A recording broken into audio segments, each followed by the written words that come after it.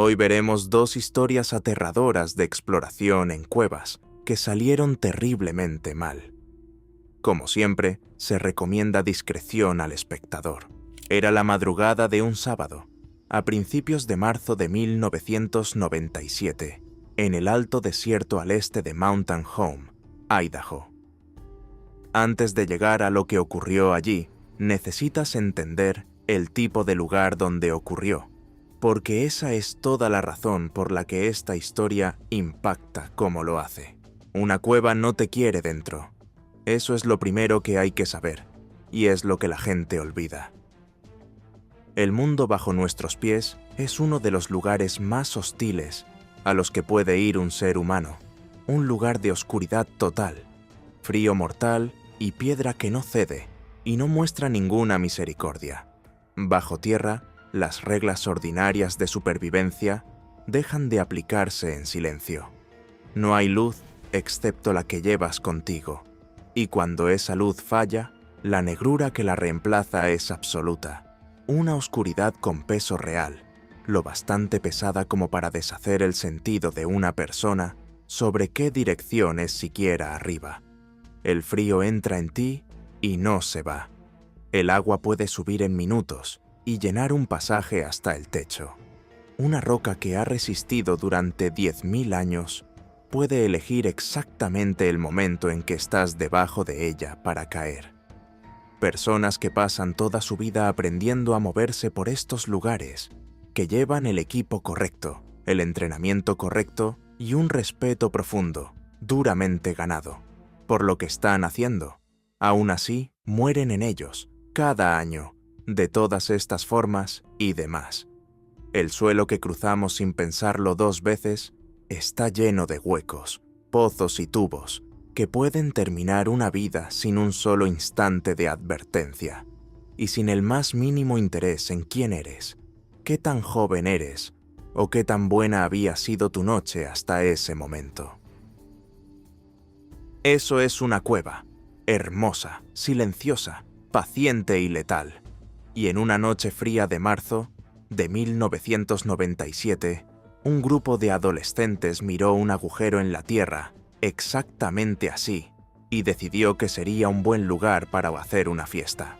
No para explorarlo, no para ponerse a prueba contra él, solo para reunirse justo en su borde, en la oscuridad, alrededor de una fogata, y tratar uno de los lugares más peligrosos del condado como un sitio para pasar el rato un viernes por la noche. Hay una especie de inocencia en eso, y también hay una especie de terrible presagio. Aquella noche, ambas cosas resultaron ser lo mismo. El lugar se llamaba Eureka Cave, a unas pocas millas al este del pueblo.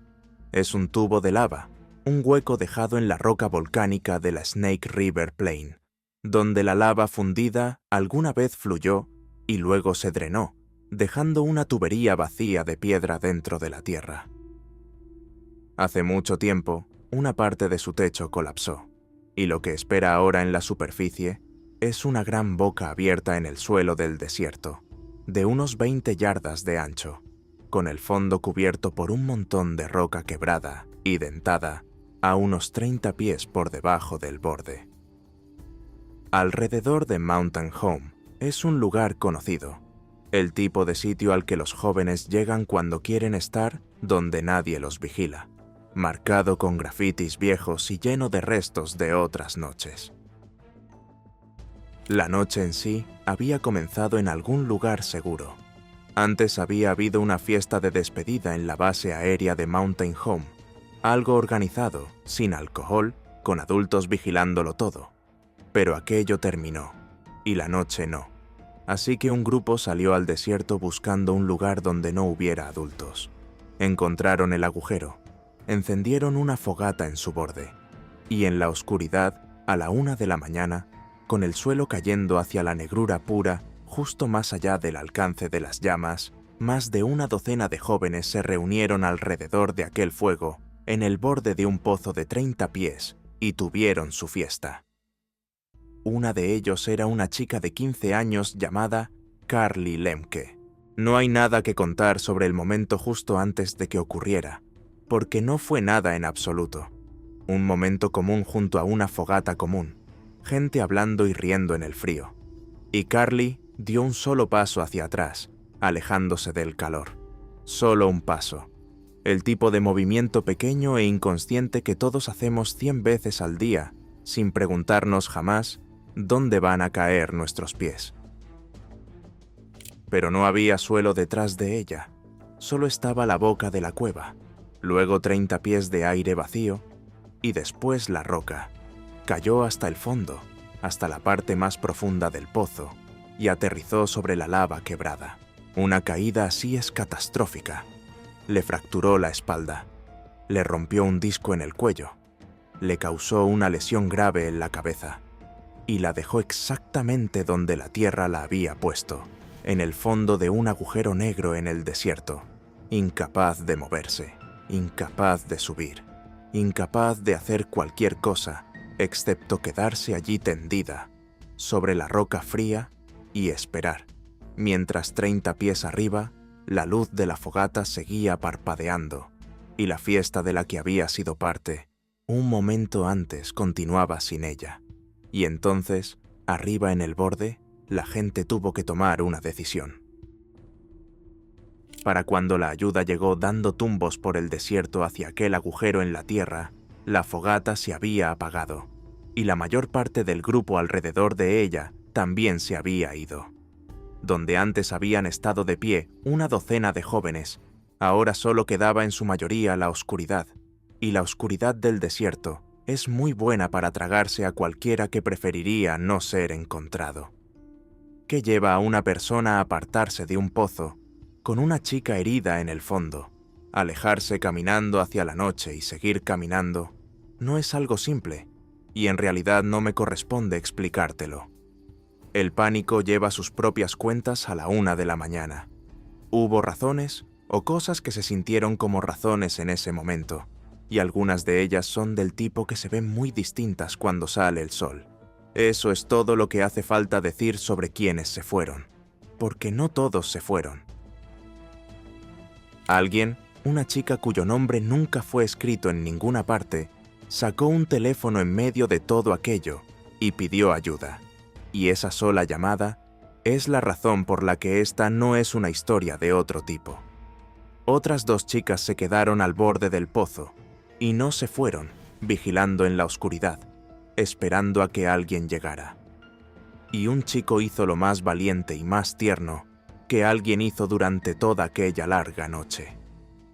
Bajó, pasó por encima del borde y descendió 30 pies de roca dentada hasta el agujero donde Carly yacía, no para moverla, no para intentar un rescate que no tenía forma de lograr, sino solo para que ella no estuviera sola allá abajo y para que no tuviera frío. Llevó una manta consigo, bajó a la boca de una cueva, en medio del desierto, en plena noche, para cubrir con una manta a una chica gravemente herida y quedarse a su lado hasta que llegara la ambulancia. Eso fue lo que encontraron los paramédicos cuando finalmente llegaron a Eureka Cave.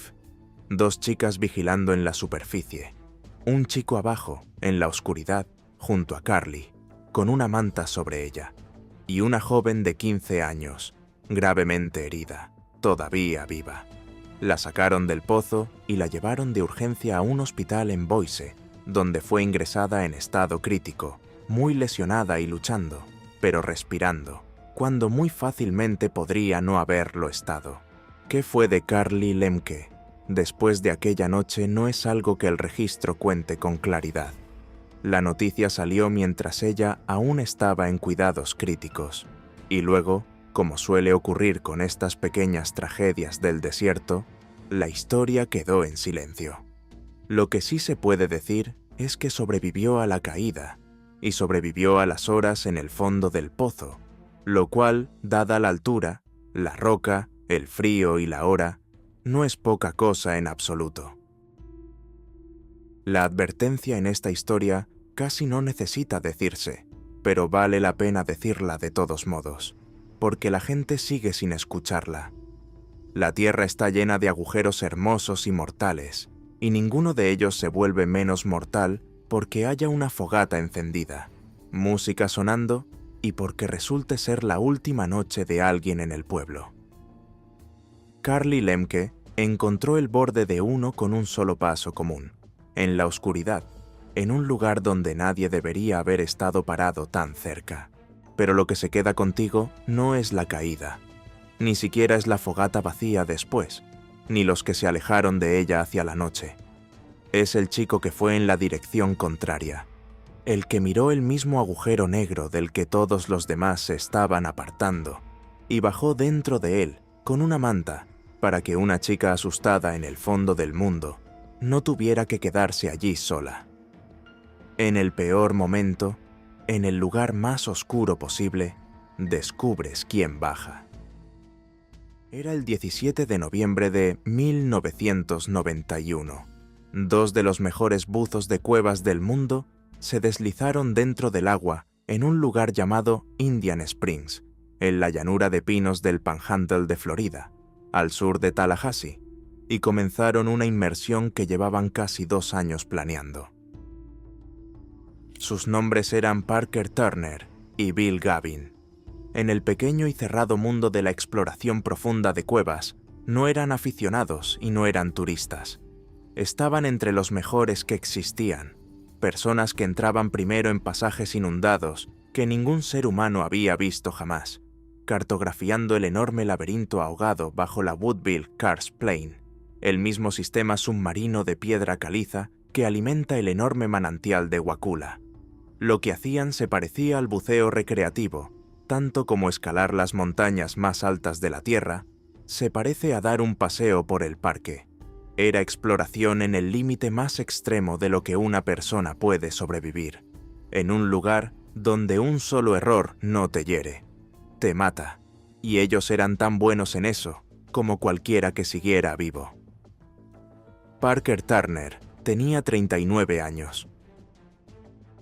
La inmersión que habían ido a hacer era enorme. El plan requería una larga entrada, nadando a unos 140 pies de profundidad, luego un descenso a 300 pies, mucho más profundo de lo que cualquier buzo deportivo llega jamás, para empujar la exploración en los sectores más profundos de la cueva, seguido de un regreso largo y lento y horas de descompresión en el camino de vuelta hacia la luz. La presión a esa profundidad es aplastante. Los márgenes son finísimos. Los gases que respiras tienen que ser mezclas cuidadosamente diseñadas, porque el aire ordinario se vuelve tóxico a esa profundidad y te mata sin la menor advertencia. Las tablas de descompresión habían sido calculadas específicamente para esta inmersión. Nada en ella era casual. Cada parte había sido pensada una y otra vez por personas que entendían con precisión cuántas formas distintas podía tener una inmersión así de terminar con sus vidas. Y durante la mayor parte, todo salió exactamente bien. Fue en el camino de regreso cuando la cueva se volvió contra ellos. En algún lugar detrás de ellos, mientras avanzaban de vuelta hacia la entrada, la cueva colapsó. No toda, solo lo suficiente. Una masa de arena y sedimento se soltó, se deslizó a través del agua y se hundió justo en el lugar que importaba más que cualquier otro. Una restricción estrecha cerca de la salida por la que los dos buzos absolutamente tenían que pasar para volver a casa. En cuestión de unos instantes, el único camino de salida quedó tapado, y el agua misma comenzó a comportarse mal. Arriba, en la superficie, el equipo de apoyo observó, desconcertado, cómo el nivel del manantial comenzaba a bajar. Indian Springs es un manantial. Es un lugar donde el agua asciende desde la tierra y fluye hacia afuera. Ahora estaba corriendo al revés, arrastrando agua hacia abajo dentro de la cueva, hacia el nuevo vacío que el colapso había abierto, y la superficie descendía mientras el peso del agua de arriba se drenaba hacia adentro. Abajo, en la oscuridad, el colapso había hecho la única cosa que todo buzo de cuevas teme más que cualquier otra. Había llenado el agua de sedimento. La visibilidad, que había sido de 60 pies o más cuando comenzaron, cayó en segundos a casi nada. 6 pulgadas. 2 hombres, en lo profundo de una cueva inundada, en agua a través de la cual ya no podían ver, frente a una salida que ya no existía. Lo que ocurrió después ocurrió completamente al tacto, en ceguera total, contra un reloj hecho del aire que llevaban en la espalda. Encontraron el bloqueo.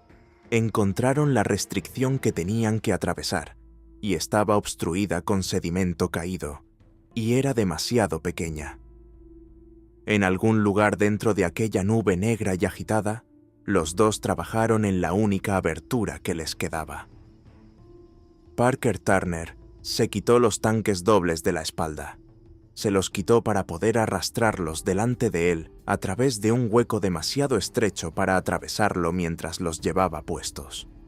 Eso es algo que haces solo cuando has entendido tu situación por completo, cuando lograr que tu cuerpo pase por ese agujero se ha vuelto más importante que el aire que llevas sobre los hombros.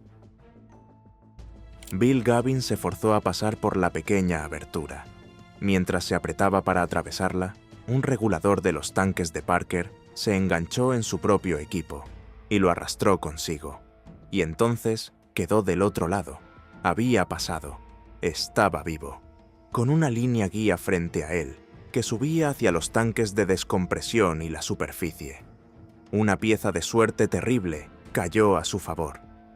Los tanques de Parker habían quedado apoyados justo sobre esa misma línea guía, justo afuera del agujero, de modo que cuando Gavin emergió en la ceguera, la línea estaba allí, exactamente donde la necesitaba, señalando el camino hacia afuera. Desde entonces, ha dicho que, sin ella, no está seguro de que él tampoco habría logrado salir. Logró alejarse, y esperó a que Parker pasara detrás de él. Parker nunca pasó. En algún lugar del lado equivocado de aquel colapso, en agua a través de la cual no podía ver, al final de una inmersión que había salido perfectamente bien hasta el instante en que dejó de hacerlo, Parker Turner se ahogó. Gavin solo no podía hacer nada más que esperar a que los buzos de apoyo llegaran hasta él, y luego quedarse suspendido allí en el agua durante 4 horas de descompresión, incapaz de subir más rápido sin matarse, recibiendo la verdad en fragmentos mientras esperaba. Línea tras línea fue tendida a través de la caverna aquel día en la búsqueda de Parker. No lo encontraron. Su cuerpo no fue recuperado hasta la mañana siguiente, cuando el sedimento finalmente se había asentado lo suficiente para ver, cuando la visibilidad había vuelto a subir hasta alrededor de 10 pies. Y entonces comenzó un misterio que duraría más de 20 años, porque aquí está el detalle que distingue la muerte de Parker Turner de casi todas las demás. El buceo en cuevas en Florida se ha cobrado muchas vidas durante el último medio siglo, varios cientos como mínimo, y de todas esas muertes, a lo largo de todos esos años, esta es la única causada por el colapso de la propia cueva. Todas las demás fatalidades se reducen al gas que se agotó, a un buzo que se perdió o a un error humano de una forma u otra. Parker Turner queda solo como el único caso en que la roca y la arena simplemente cayeron y cerraron la puerta, lo que dejó una pregunta que nadie podía responder. ¿Por qué? ¿Por qué, en ese día en particular, después de que esta cueva y 100 otras habían sido buceadas miles de veces sin incidentes, esta eligió ese momento exacto para fallar? Las teorías aparecieron rápido y se multiplicaron durante años. Algunos dijeron que un buzo probando un nuevo scooter submarino había golpeado la cueva y la había sacudido hasta soltarla. Otros dijeron que limpieza de terreno o explosiones en algún lugar de la superficie habían enviado una onda a través de la roca, y algunos señalaron a los propios buzos, a las burbujas de su respiración, y se preguntaron si eso fue lo que derribó el techo.